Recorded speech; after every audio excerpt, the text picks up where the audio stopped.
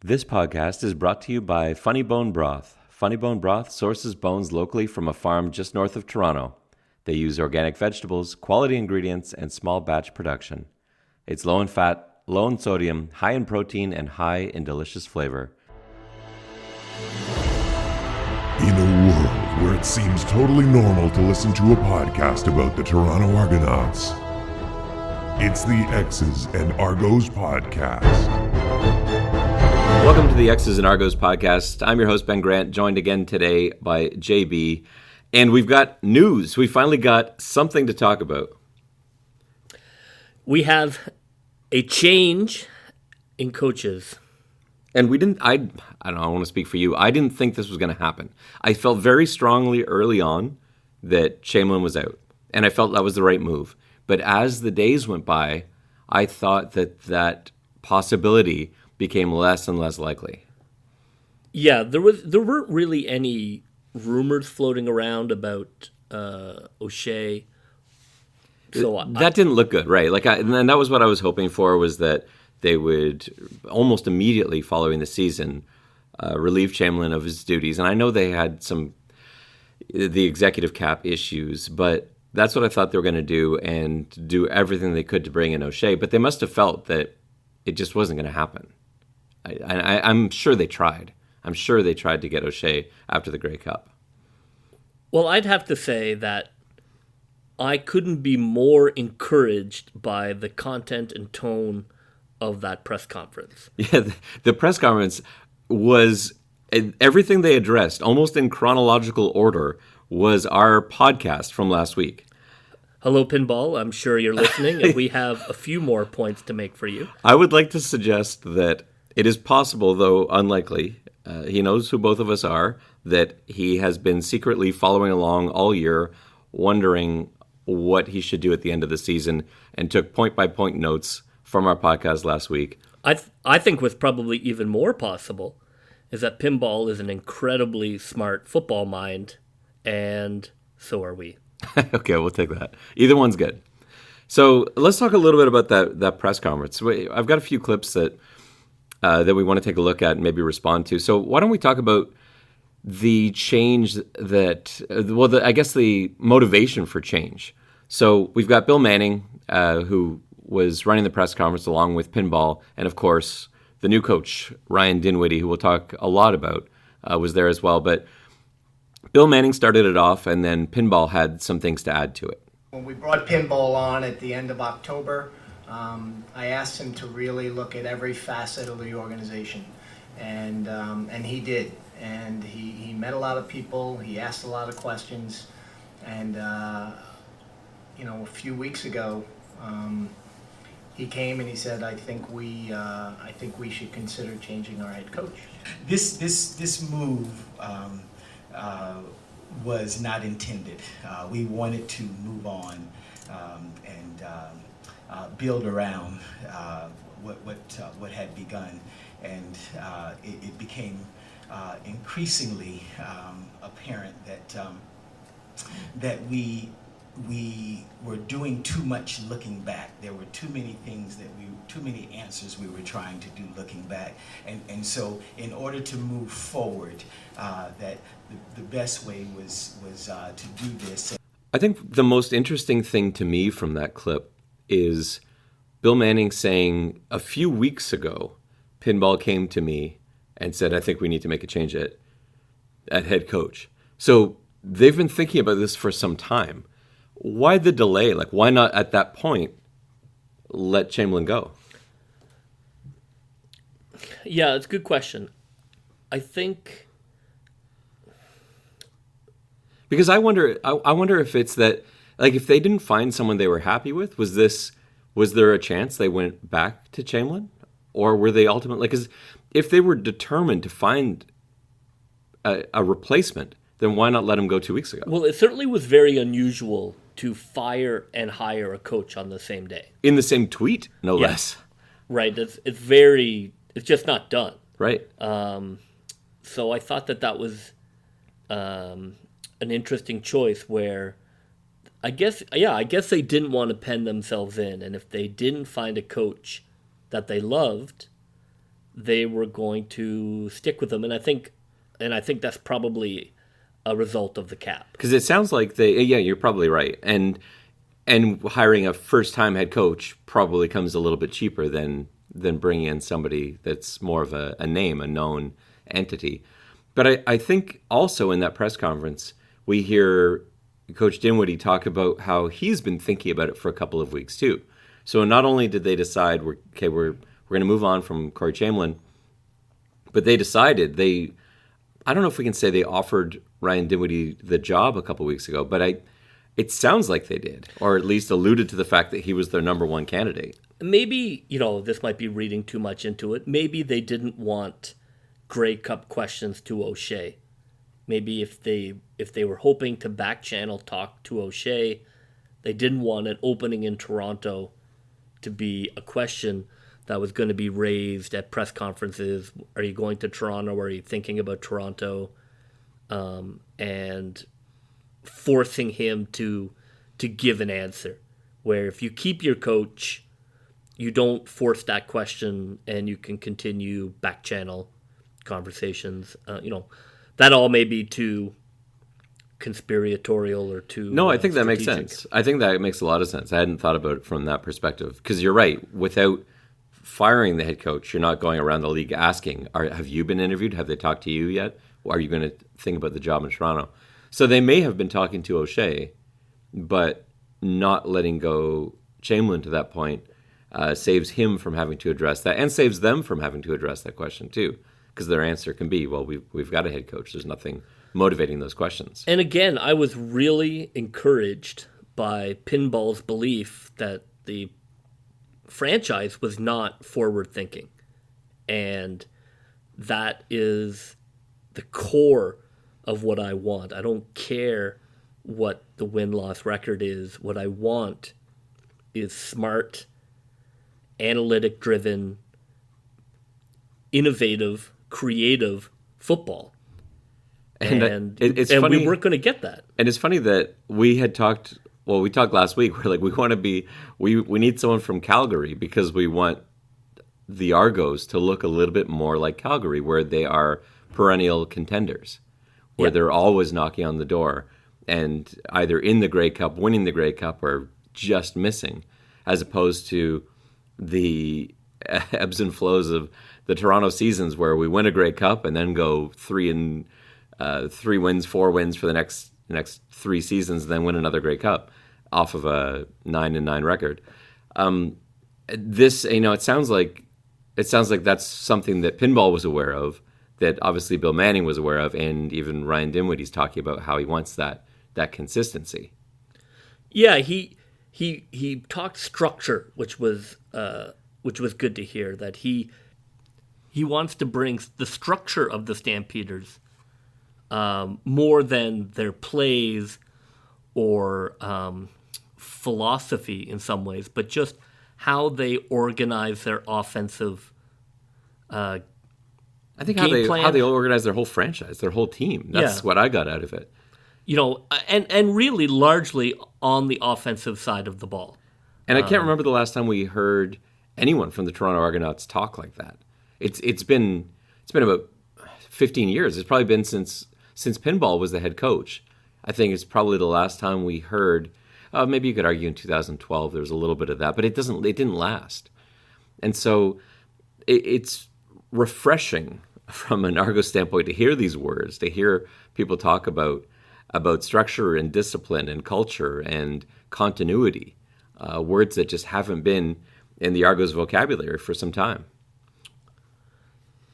Yeah, I was really excited to hear the idea of how he's going to oversee the offense, but yet also he understands the importance of delegating, and in essence wants to try and do what they did in Calgary. Now, that is sometimes fool's gold. As any fan of a sports franchise knows, it is often very hard to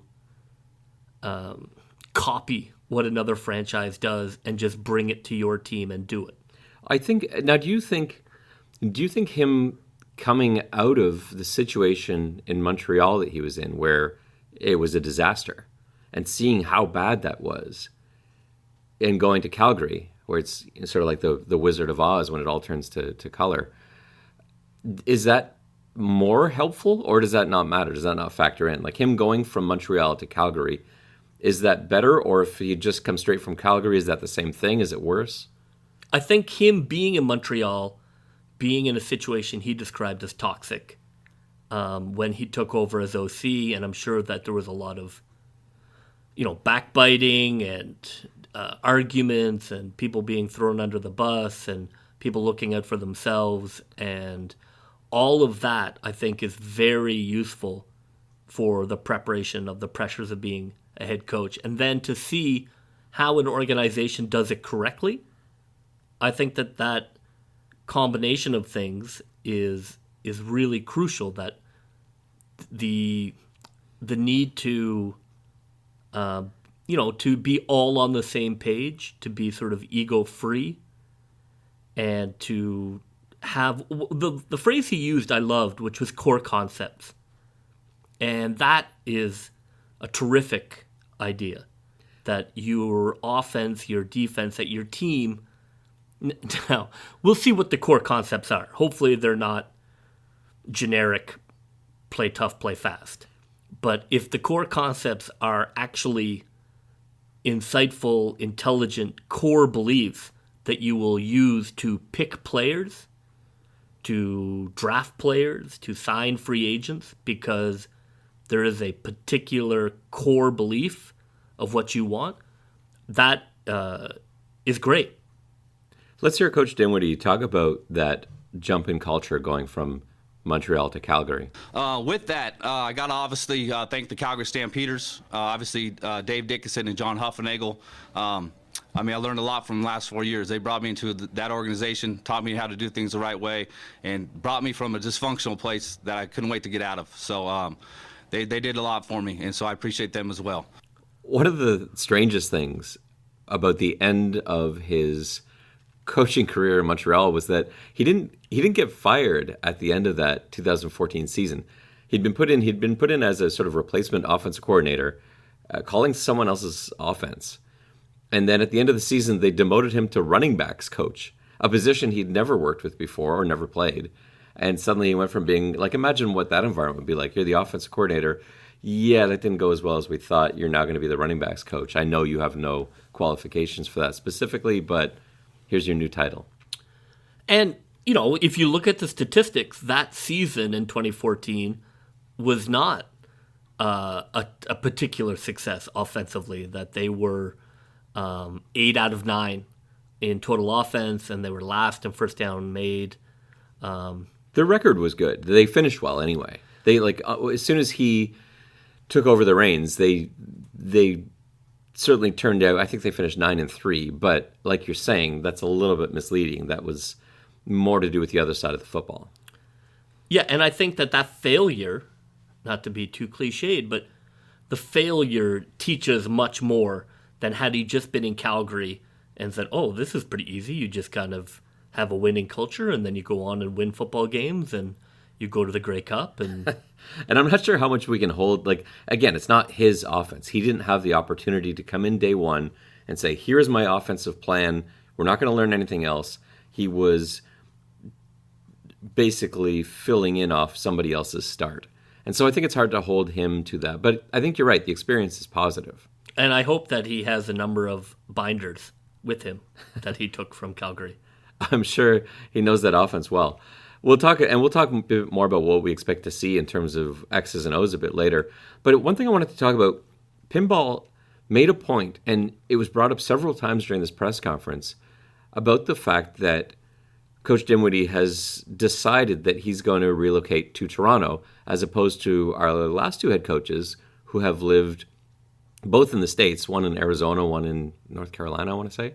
And Dinwiddie is going to move his family to Toronto. When we think about setting culture and building culture, one of the things that we talked about is being present, being here in the city, during the off season, being here, being able to interact with players as they come through and doing their workouts and different things they do for the off season, guys that are here. And so not only is Ryan going to be here and make this home, but most of his staff is also going to do the same thing. I think this is a really big deal. I love the fact that Coach is going to be living in Toronto year-round, because football, at least in 2019, is a 12-month-a-year game. It never stops. And Pinball had a quote somewhere in the press conference too, where he said, if you have an off season, you'll have an off season. And I think that's true. And I think having coaches that are in any sport that aren't present in the city 12 months a year, I think is, in this day and age, is the wrong way to go about it. So I love the fact that not only is he going to be here, but there seemed to be some indication that all of the assistant coaches will also be living in Toronto year-round. It's good. I'm not as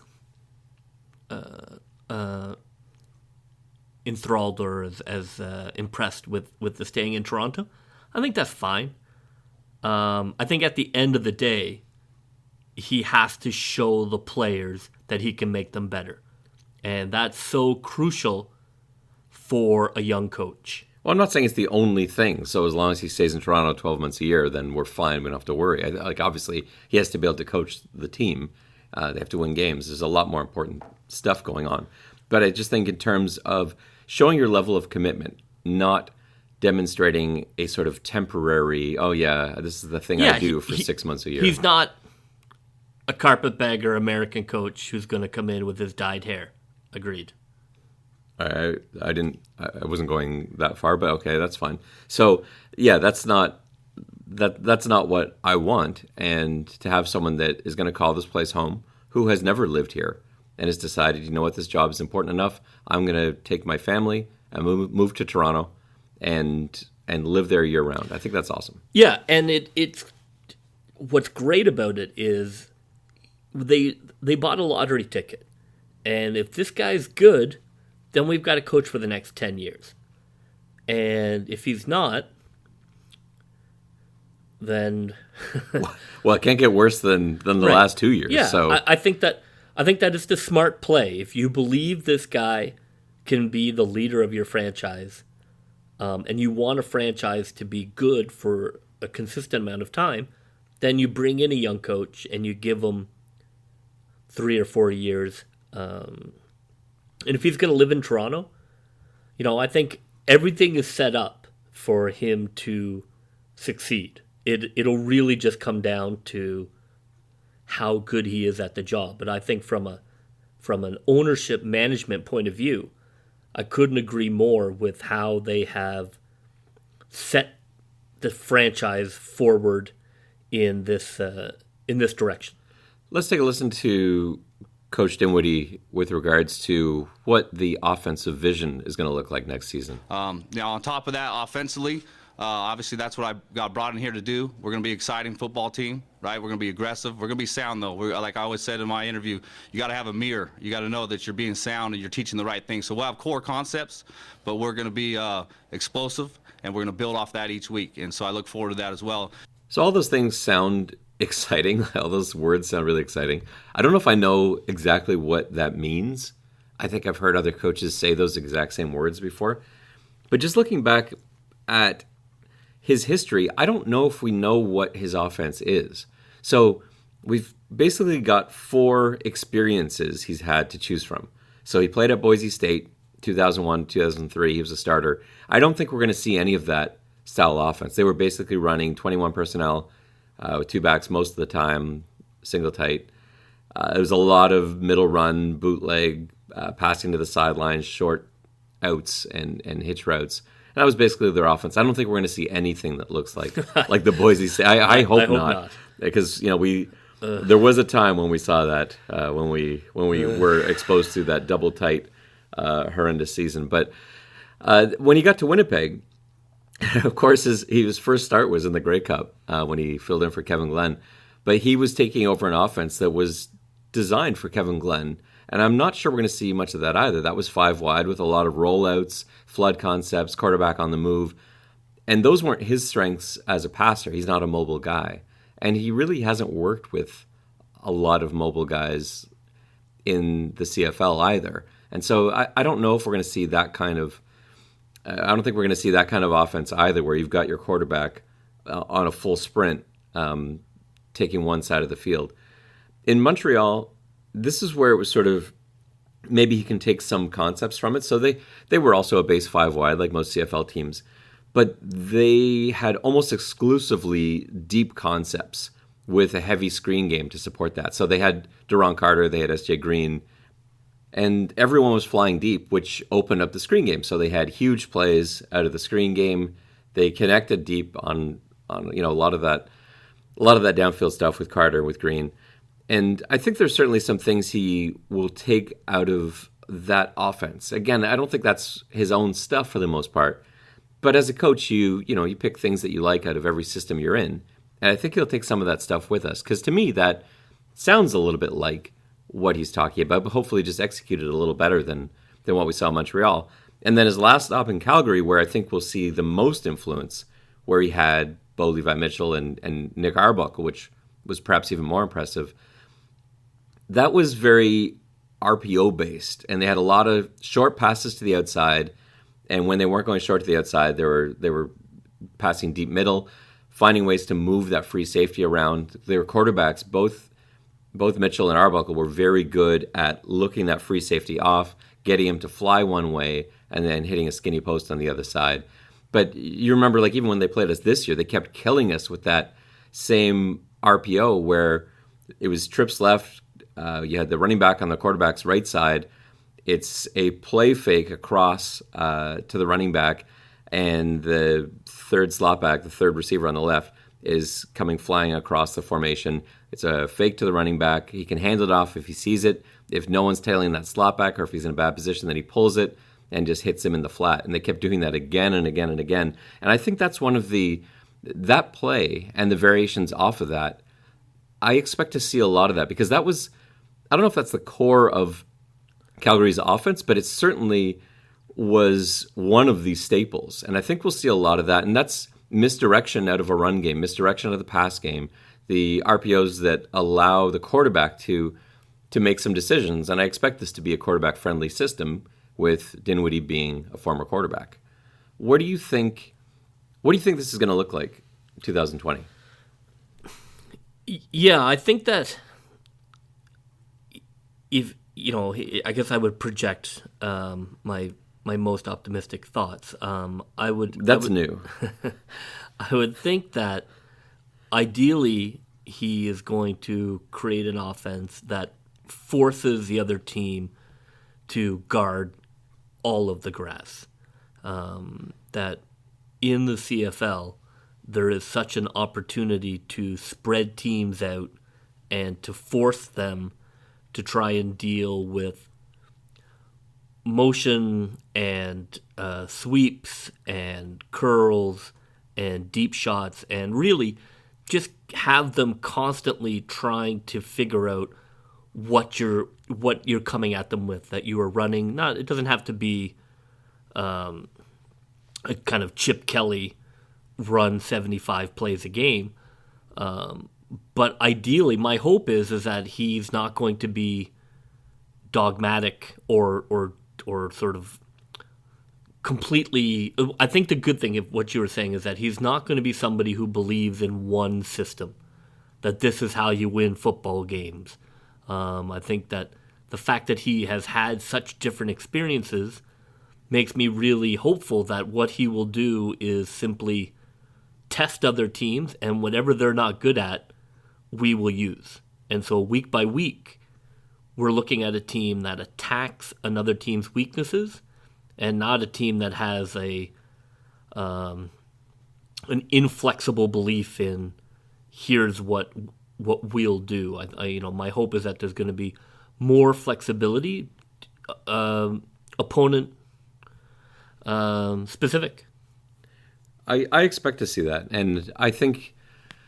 But now I would be very surprised though, because when we talked last week, you were very adamant that we bring in a mobile quarterback. We talked about who might play quarterback for the Argos in 2020, and you want someone with wheels.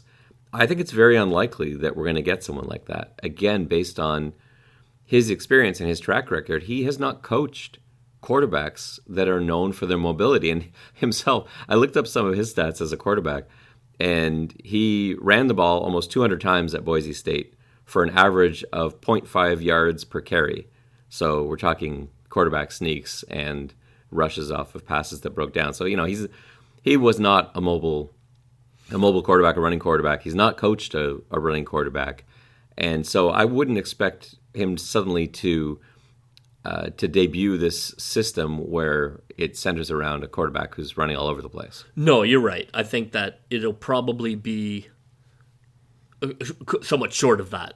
I think that the offense that he's going to create I would be surprised if it's not very Calgary influenced. I think it will be, and I'm excited about that. Like I like the philosophy of that. Now you have to have a tremendous amount of trust in your quarterback to run something like that, because you're basically leaving, in Calgary's system, you're leaving the free safety to the quarterback. And you're saying, we don't have anything X's and O's wise to take the free safety away from where we're going with this play. So you have to do it. And we're trusting that that quarterback is going to be able to play a bit of chess, move him around. You saw Arbuckle, he burned us a few times, but BC, I think it was the first time they played BC, where it was pump fake after pump fake, and the free kept flying away from center field, and they kept burning them with these post routes. And that's the Calgary system. And I think that's really exciting. I think there's a lot of opportunity there. But he's going to have to find a quarterback that he believes in, and he believes has the mental ability to handle that part of the game himself. Well, I thought it was very instructive when the question to Pinball was, is the quarterback currently on the roster? And he quickly turned his head and stared directly at Pinball, awaiting the answer. And Pinball initially began by saying, basically, no. Well, there only is one quarterback on the roster, and that's Michael O'Connor. He came back to that and walked it back a little and said it'd be impractical to say, yes, for sure there is. They're not going to paint themselves into that corner. Well, because they'd basically be saying, Michael O'Connor is the starting quarterback next season. Not to say that that's not possible, but he's the only one that's actually currently under contract. It'll be a big challenge for him, because especially as a young coach who has never been a head coach, and young coaches have to prove themselves to players. So it'll be very important, I think, to have a lot of young players on the team next year. Now, we keep calling him a young coach. He's not really that young. 39 by Argonauts standards is not that young a coach. In fact, most of their coaches throughout the 45, I didn't do the math on this, but looking back at some of them, most of them are younger than 39 when they start with the Argos. So he feels like a young coach, but this is not like, we've had coaches that are in their 20s. Which, we've also had some horrible seasons, but he's not. He's young in that he does not have a lot of, or almost, he has no head coaching experience and no coordinator experience. So where I'm saying young is he's limited coordinator experience. Yeah, he doesn't have a lot to draw on being the man at the front of the room when you've got 50 men looking at you, and you better have answers. That's a different animal than hanging out with the quarterbacks and looking at video. Let's hear what Coach Dinwiddie had to say about the quarterback situation. Got to look at all avenues, who we want to bring in if that's an opportunity, and obviously look at the guys we have in the building right now. So we'll look at everything we can to find the right guy. But I think in myself, getting the right guy in here, I'll develop him. Obviously what I did with Nick, and obviously I think I took Bo to another level as well. But obviously people forget about what I did with Jonathan Crompton in 2014, and we went 9-3 to finish that season. So I think I have a track record for it. The first thing I'm going to start off with, we're going to protect the quarterback. Okay, now that obviously you got to get the right guys up front to do it, but schematically there's ways you can protect the quarterback, and that was our number one thing in Calgary, and I learned a lot from Huff in regards to that. And we want to keep that guy upright. We want to make sure he can last all 18 games and +3, hopefully. And so that's what we're going to start off with this. Make sure we handle protections first, and then we'll build off of that. He sounds pretty confident in his ability to build a quarterback or to take a quarterback to the next level. I mean, I was actually not taken aback, but look, he's confident. Now, I think anybody who's coached would say at whatever level you're coaching that it's very difficult to turn nothing into something. And that's what makes me worry a little bit about his offensive line comment, though. Like, not so much about the quarterback situation, but I think that's even more important. But when he started talking about offensive line, he says, of course, we'll try and bring the right guys in here, but you can also scheme protection, which you can to a degree. But I hope this doesn't mean that we're just keeping status quo and trying to scheme our quarterback to be protected. You can, definitely. That is true if you have a very smart quarterback. So it's possible. Now, he feels confident that he's had 4 or 5 different quarterbacks under him. And, I mean, look, Bo Levi Mitchell. I mean, who the heck is Bo Levi Mitchell? And he tears up the league. You know, is that all him? No, of course not. Well, I think it's better because Bo Levi Mitchell, while he wasn't at one time a household name, has obviously become one. But I think what he did with Arbuckle this season is more impressive because I had no idea who Arbuckle was coming in. And I remember thinking, oh, Calgary's in trouble. And his numbers were better than Mitchell's numbers this year. He is. I mean, the quarterback whisperer is a pretty well-used genre of coach. It is. Many coaches have gotten jobs as quarterback whisperers. Many turn out to not be a whisperer. My concern for him, and I think it's great that he's confident, my concern is, going back to what I was going to get at a little early about him being young, is if he's going to prove himself to the team, he has to hang his hat, or he seemingly has stated he's going to hang his hat on being able to develop a quarterback. And he's got to do that. He has got to be able to show the team that he has the ability to make a quarterback better. And if he does, he will get buy-in from everybody, from the defensive guys, from the offensive guys. What they want to know is that the coach can make them better. And if he can make the quarterback significantly better than the play we had last year. But that's where he runs into problems, because if the quarterback is not better, then that's when the questions start being asked by guys like, well, this is what he's supposed to do. If he can't do this, he's not going to tell me how to line up to blitz. He's not going to tell me how to play cover 3. He's not going to talk to us about how to run a running play.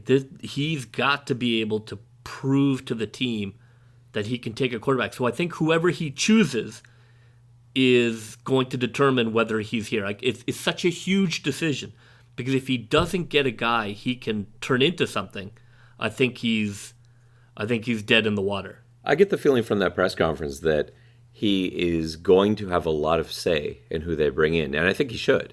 Yeah, well, because I think it is. I think his whole coaching reign here will depend upon the success that he has with the guy that he brings in. I don't think it could be, I don't think it could. I think it's absolutely going to define him who he brings in, because if he brings somebody in and he can't turn him into somebody decent, I think everything crumbles, and it's going to be really, really hard for him to get that back and for him to earn the cred with the team. So, good luck. I would be very surprised. Maybe very surprised is too strong, but I would be somewhat surprised if they don't find a way to make Nick Arbuckle the starting quarterback of the Toronto Argonauts in 2020. Don't you think at the very least that'll be the first guy they try to bring in? Yes, I think that would be the smart play. I think that... And from Calgary's standpoint, I was going to say you don't need two quarterbacks. They proved this year you actually do need two quarterbacks. But if Arbuckle is given the choice between returning to Calgary, because he's a free agent this offseason, so I guess the Argos can start talking to him in February officially.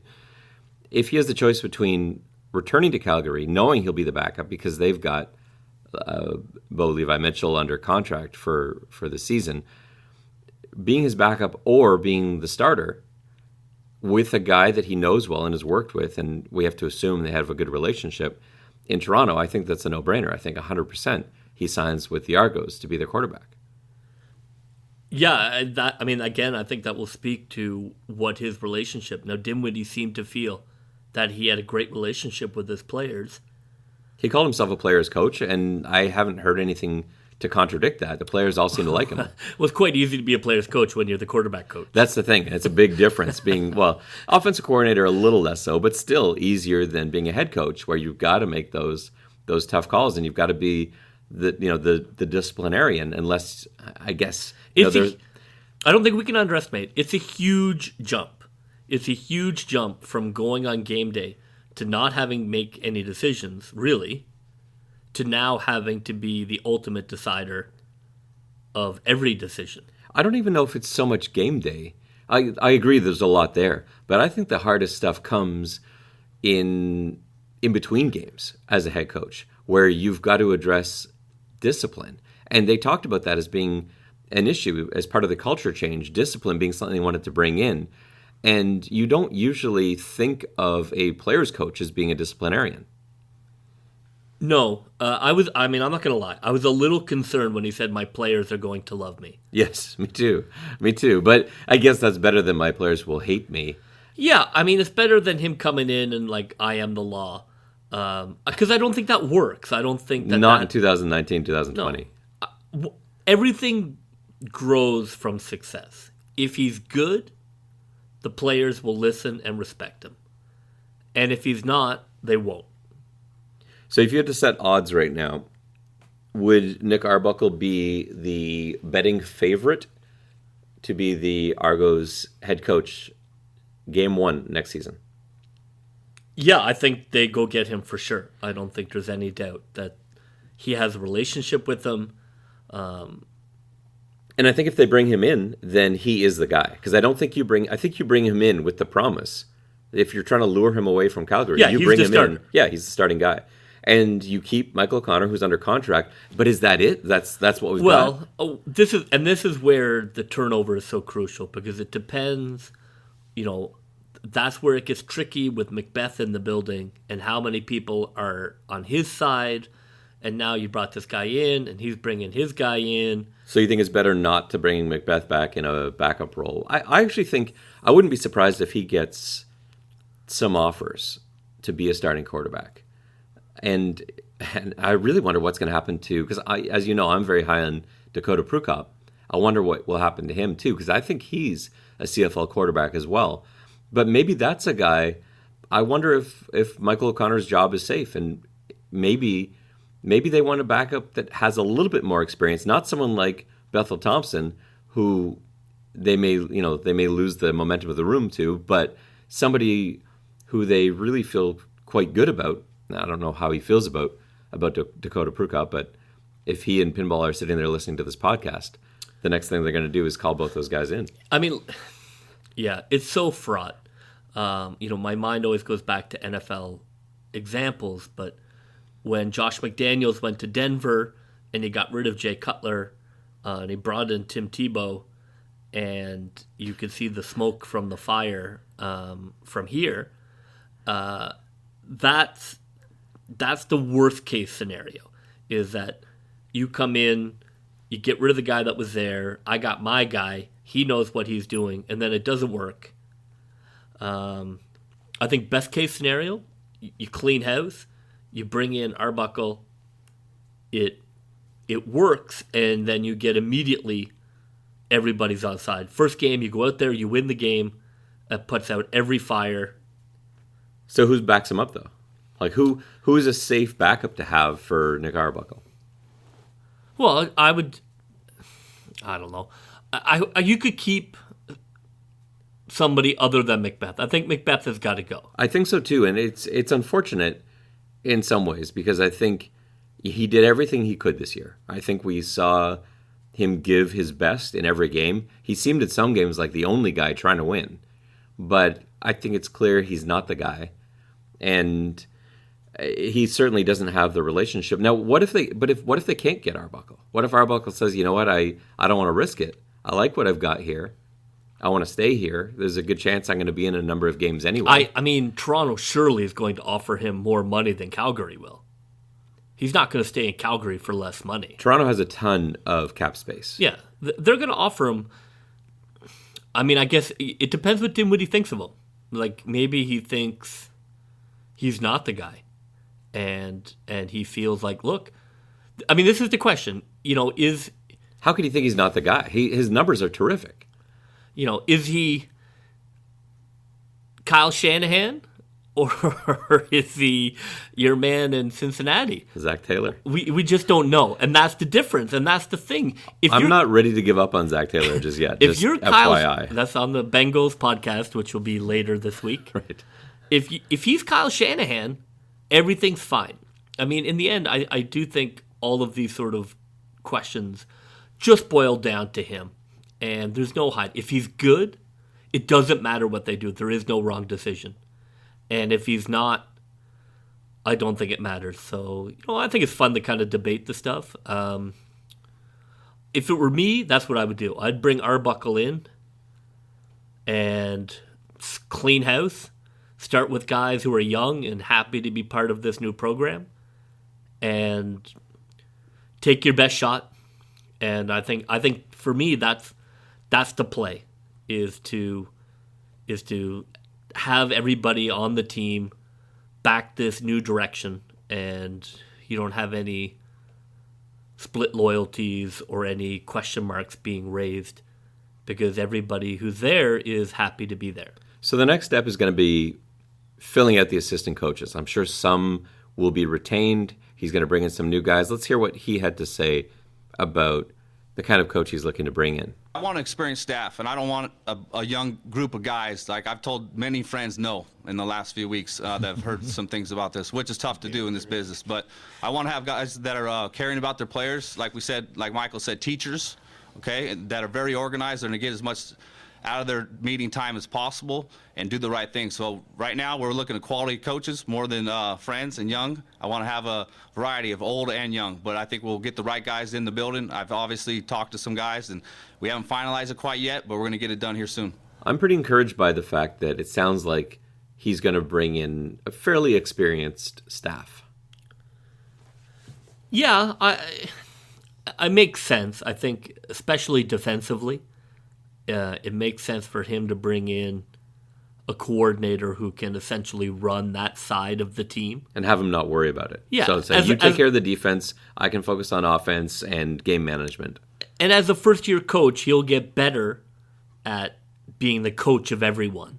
But for now, he'll be coach of half the team. And that's fine, as long as that half is good.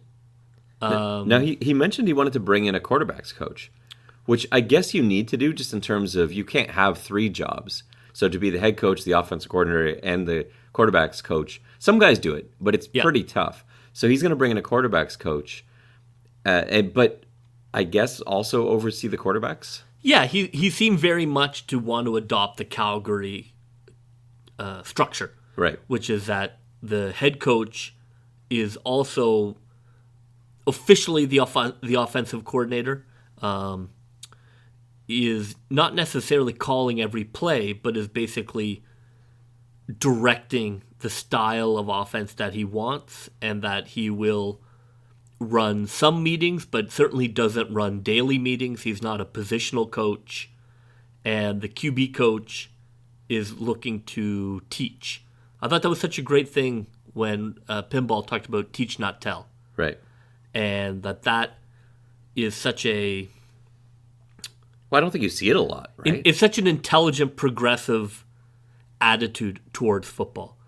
that, it drives me crazy when coaches yell, seemingly just to prove to the world that the player is stupid and not them. Because there is no point in yelling at a player. Sometimes it feels good. Yeah, but he talked about how, then why don't you just sit in the stands? Because that's what the guy in the stands does. He yells, where he wants a coach who's going to teach. It'll be interesting. I think it'll be crucial, we talked about, to bring in players who also believe in that. And I think because not every football player believes in that. In being taught? No, I think that there are a lot of football players, especially guys who have been in the league for a while, who are going to be curious about how much of a pushover this new guy is. Yeah, I think one of the things I found interesting, bringing this a little bit back to the coaches as well, is he seemed to indicate he would be looking to American coaches to fill out positional coaching. And, Canadian coaches, he's viewing more as, I wouldn't be surprised to see a Canadian guy or a CFL guy in a defensive coordinator role, someone who's been around the league certainly for a while. But he suggested he's completely fine bringing in positional coaches with no CFL experience whatsoever, guys that can work specifically on skill building. Yeah. And that's where you bring in a guy who's an excellent teacher of route running or of coverage skill that has no idea about any of the elements of the CFL game. But to him, that doesn't matter because we're just talking about teaching skill. And I think that's consistent with the message that Pinball had. Going back to fundamentals is always a smart idea. The question will be, how smart is the offense? And fundamentals is one of those things that coaches say, but it doesn't matter if the overall plan is not intelligent. Thanks so much for listening to our podcast. That's going to do it for us today. Don't forget to subscribe and rate and tell everyone you know to listen to our podcast. We've got one coming up where we're going to talk a little bit about the players that the Argos have brought in so far this offseason, because there's quite a number of them. And maybe we can get an indication from the people they've brought in as to what we might expect when the Argos start their season next year. Until next time, for JB, I'm Ben Grant. Take care.